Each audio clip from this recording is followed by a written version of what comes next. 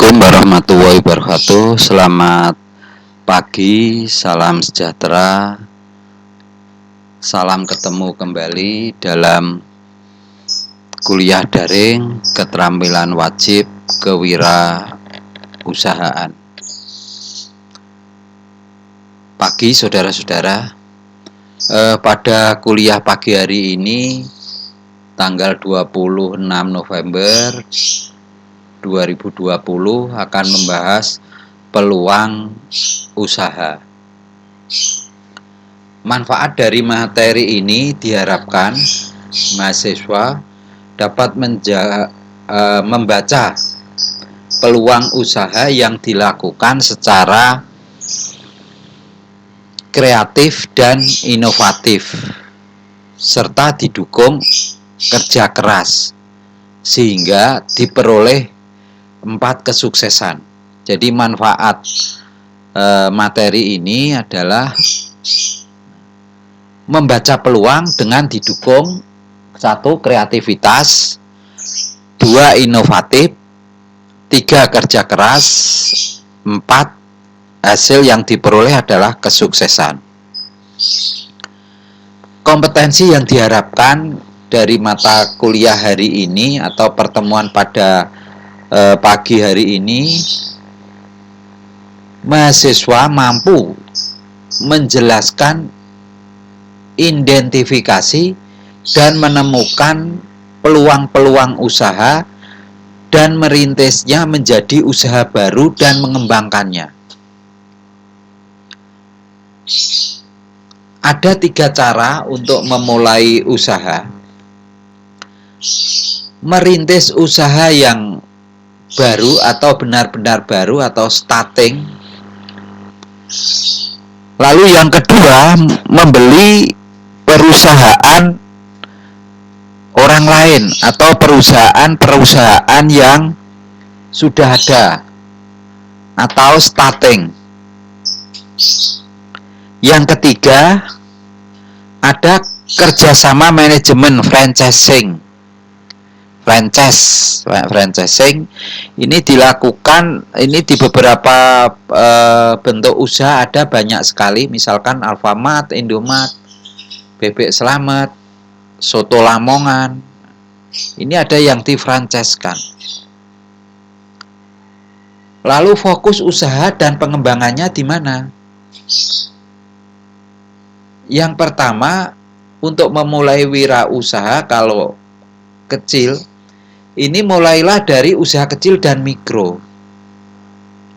Karena apa? Usaha kecil dan mikro ini mempunyai beberapa kelebihan. Yang pertama, memiliki kebebasan untuk bertindak, fleksibel dan mandiri. Nah, karena kecil ini kan kalau mengambil keputusan atau kebijakan ada sesuatu peluang yang potensi, kan tidak perlu mengundang pemegang saham untuk rapat.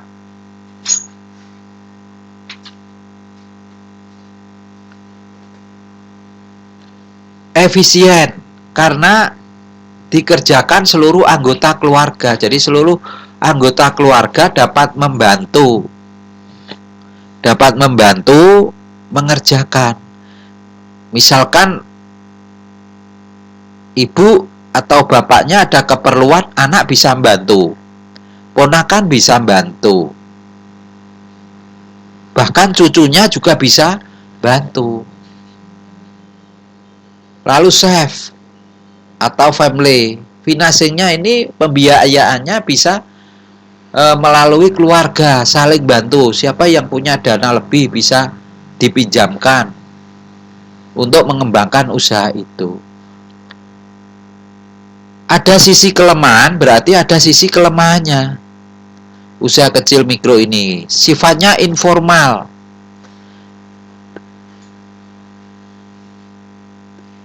Berbadan hukumnya sangat sederhana, paling punya izin dagang.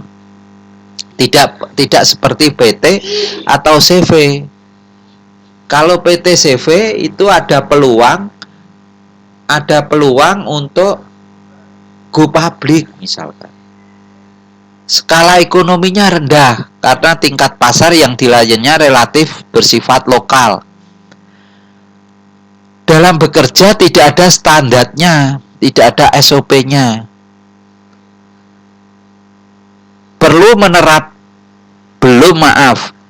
Belum menerapkan prinsip-prinsip manajemen. Artinya apa? Keluarga UKM ini hampir sebagian besar tidak menerapkan sistem pembukuan dengan baik. Artinya apa? Tidak membedakan antara pengeluaran keluarga dengan pengeluaran usaha. Kebutuhan keluarga dengan usaha ini dicampur adukkan ini. Terus yang kelima, tidak disiapkan menjadi besar atau tumbuh. Pengembangan terbatas. Nah, ini contoh-contoh usaha yang difranchiskan. Alasan orang buka usaha ada dua hal. Yang pertama, didasarkan atas kebutuhan. Kebutuhan ini karena apa? Ya karena harus mencukupi kebutuhan keluarga, harus bisa makan, bisa punya tempat tinggal, bisa memenuhi kebutuhan pokok, maka dia terpaksa menjalankan usaha. Ini terpaksa sudah kesana kemari cari lapangan pekerjaan, ngelamar kemana-mana tidak diterima. Sehingga terpaksa menjalankan usaha. Terus yang kedua, didasarkan pada kesempatan atau opportunity based. Memang benar-benar ada peluang, ada kesempatan. Nah, kalau berdasarkan peluang dan kesempatan ini, pengelolaannya akan dikelola secara profesional. Karena dimulai dari perencanaan, pelaksanaan, ada evaluasi, ada tindak lanjut dari evaluasi, ya.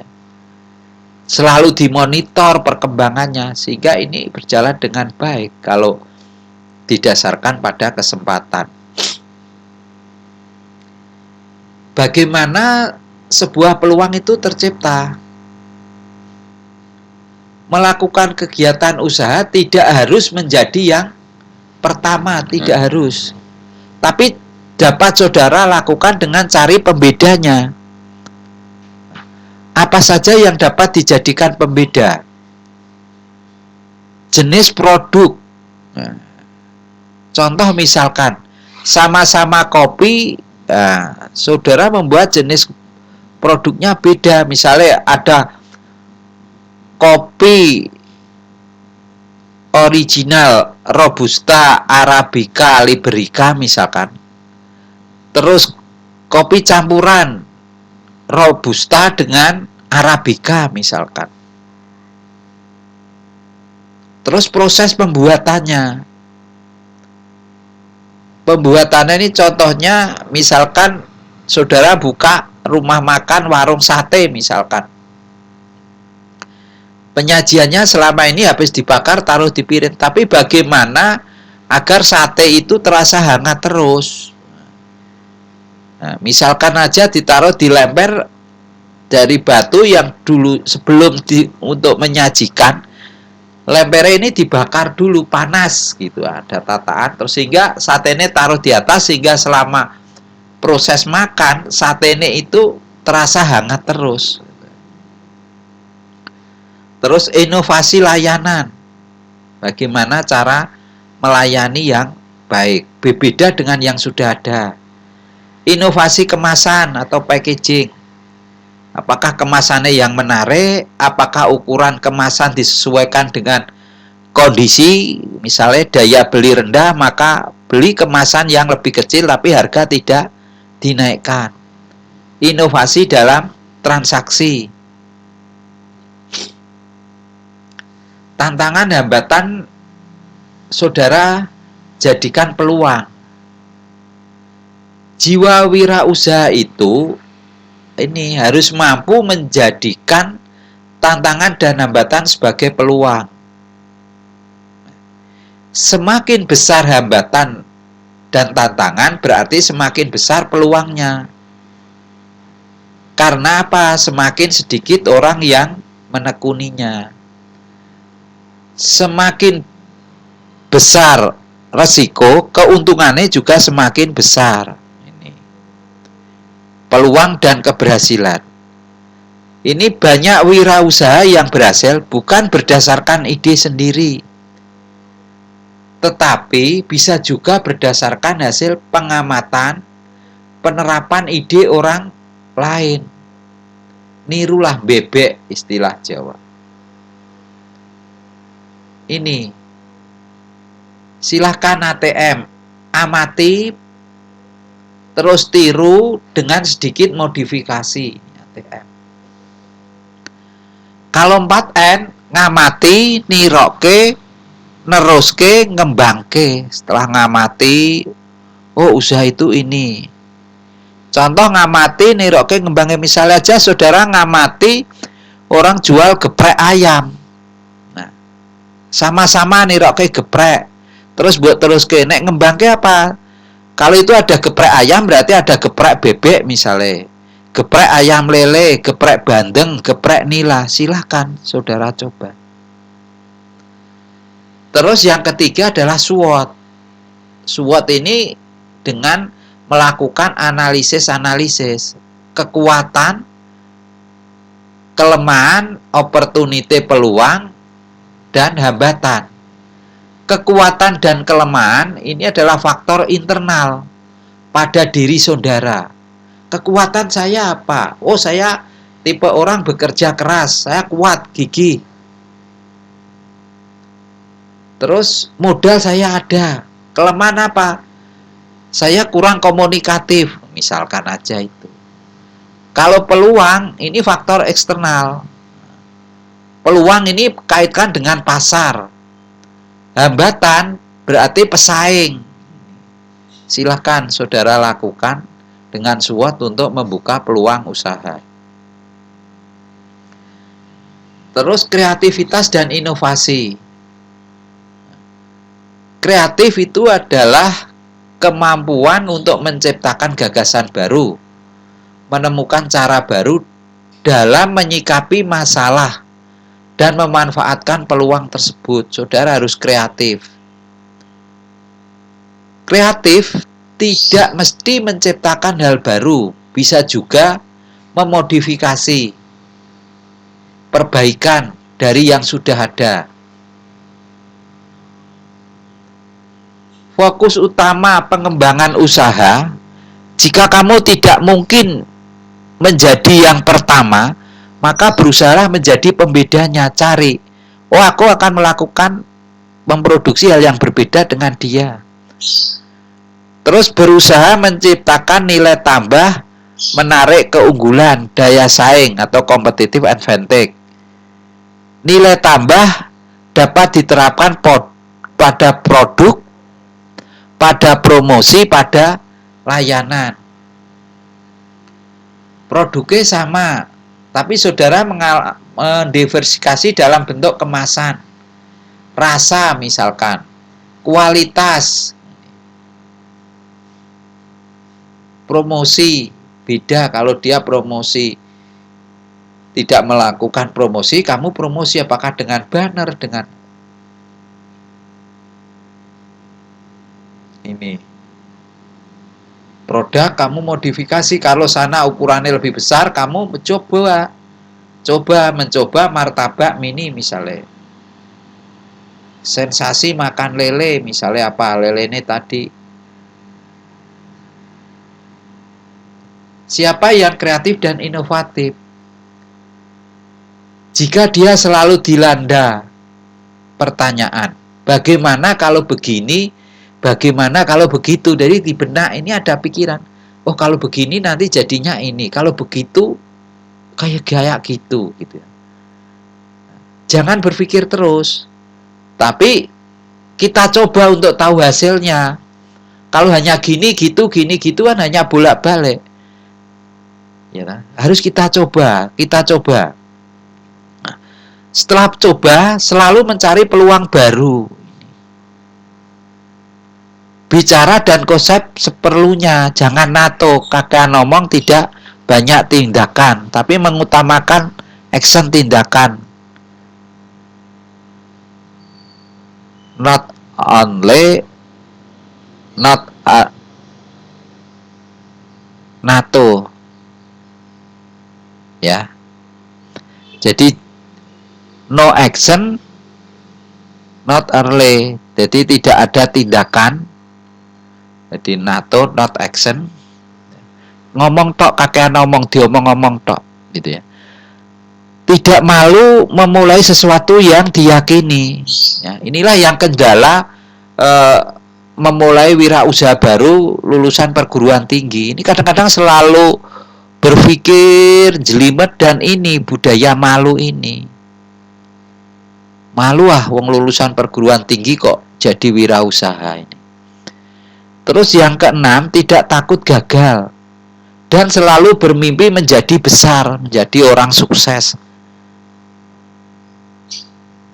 Metode pengembangan kreatif, kebijakan yang mendorong kreativitas antara lain. Sikap kreatif dipandang sebagai kebutuhan. Jadi untuk menjalankan usaha agar berjalan terus, maka saudara harus berpikir kreatif. Sikap toleran. Ini karena apa? Kesuksesan dan kegagalan itu wajar bagi setiap individu. Nah, tapi kesuksesan ini dapat didukung atau dapat berhasil kalau kita mampu kerja sama dengan orang lain. Lah, untuk bisa kerjasama dengan orang lain, maka dibutuhkan sikap toleransi ini. Terus masalah yang timbul, jadikan sebagai peluang yang harus dihadapi. Jangan dijadikan sesuatu yang harus ditinggalkan. Masalahnya apa? Dianalisis, dicarikan jalan keluar.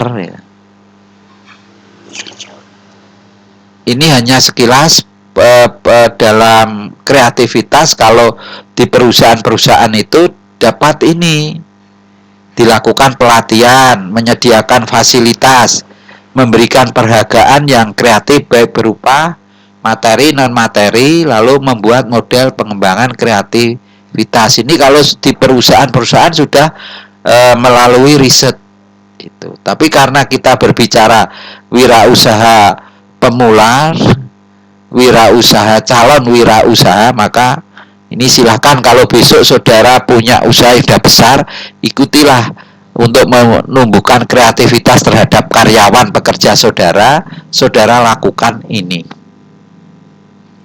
Wirausaha bukan mimpi, tapi dibangun dari mimpi. Mimpi menjadi orang sukses, orang kaya, uangnya banyak ini.